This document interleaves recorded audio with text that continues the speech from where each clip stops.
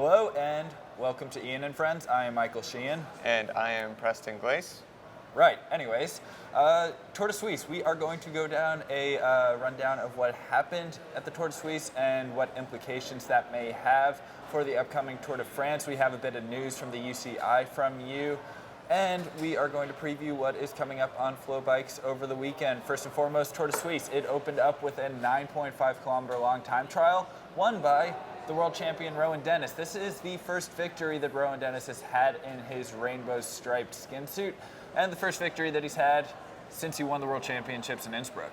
Yeah, and then on stage 2, it was supposed to be a sprinter's day, but Luis Leon Sanchez of Astana kind of spoiled the party. Luis Leon Sanchez did spoil the party for Peter Sagan. Sagan, however, got payback in stage 3 in a very Sagan-esque victory. It was a fun one to watch. That put him into the leader's jersey, and then it was Elia Viviani, who is back on form. He is showing us that he is once again, after a rocky Giro d'Italia, the sprinter to beat in 2019.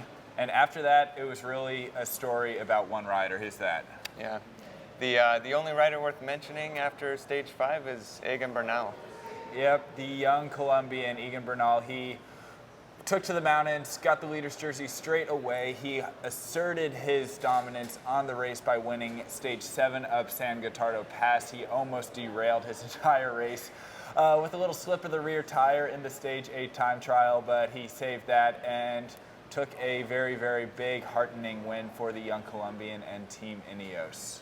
Yeah, and actually, quick little interesting side note, a lot of people on social media were quick to note that perhaps Bernal's save there on that time trial was due to the fact that he actually has a mountain biking background. He won a world championship as a junior, placed on the podium several times as a junior, so maybe those skills played a little part in saving the day, saving his race.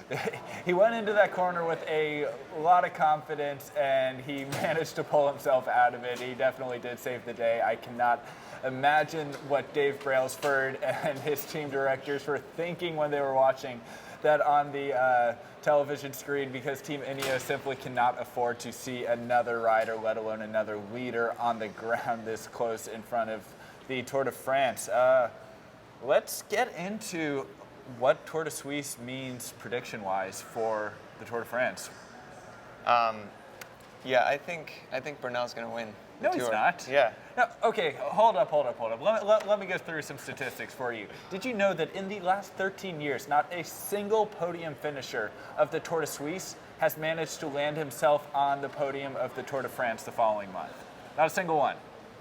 I did not know that. Still think Bernal can do it. The last person to win Tour de Suisse and then win the Tour de France was Lance Armstrong in 2001.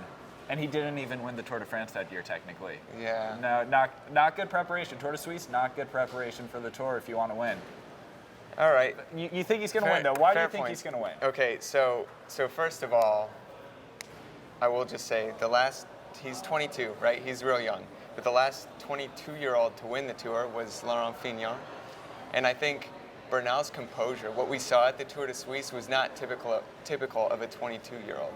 If you saw the way he raced it, he looked like a seasoned stage racer, even though the only Grand Tour he's done was the Tour last year. And also, it's a wide open race, right? You don't have Dumoulin, you don't have Froome, you don't have Roglic.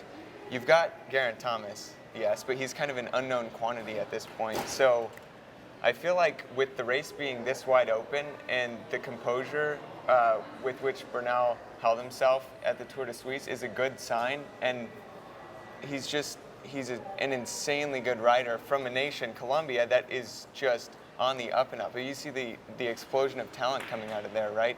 I mean, they got 2nd and 3rd in the Route d'Occitanie, and then the Baby Giro.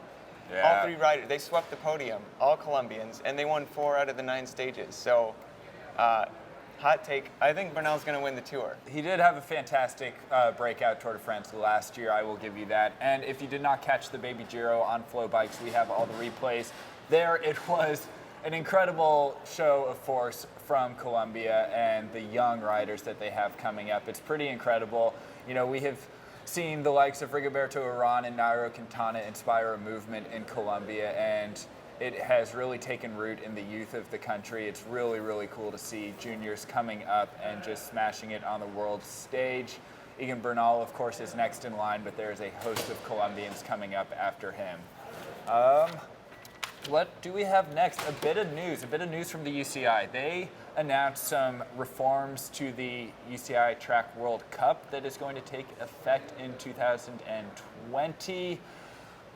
First and foremost, they're not calling it a World Cup anymore. They are completely doing away with the 6-race series, making it a 3-race series, calling it Nations Cup events. They are moving the season into the summer, so there are going to be 3 Nations Cups events leading up to the World Championships, which will now take place in October. Why does this matter? It matters because, as the name Nations Cup implies, you are not going to have trade teams in track cycling premier events anymore. This is really, really, really bad news for one team in particular, which we have touched on in the show previously, HUUB WattBike. This is an incredible group of riders out of Great Britain. They are led by Dan Bigham, who is one of the leading aerodynamicist minds in the sport of cycling. He comes from a background being an F1 engineer. He has taken essentially a ragtag group of really talented but outside the scope of national team attention riders in Great Britain and transformed them into world record breaking, team pursuit crushing team. If you haven't watched our show on HUUB WattBike, you definitely should. I will put a link to that in the bottom of this YouTube show. They essentially are leading the race in aerodynamics innovation. They've taken a lot into the sport of cycling, track cycling, and it's really kind of interesting. It's a head scratcher to see why the UCI thinks it's a step forward to be excluding teams like HUUB WattBike from track cycling premier events.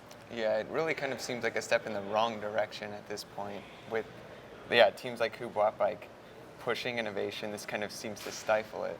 Yeah, they have definitely brought in sponsored dollars and just innovation, research, development that national teams simply aren't doing.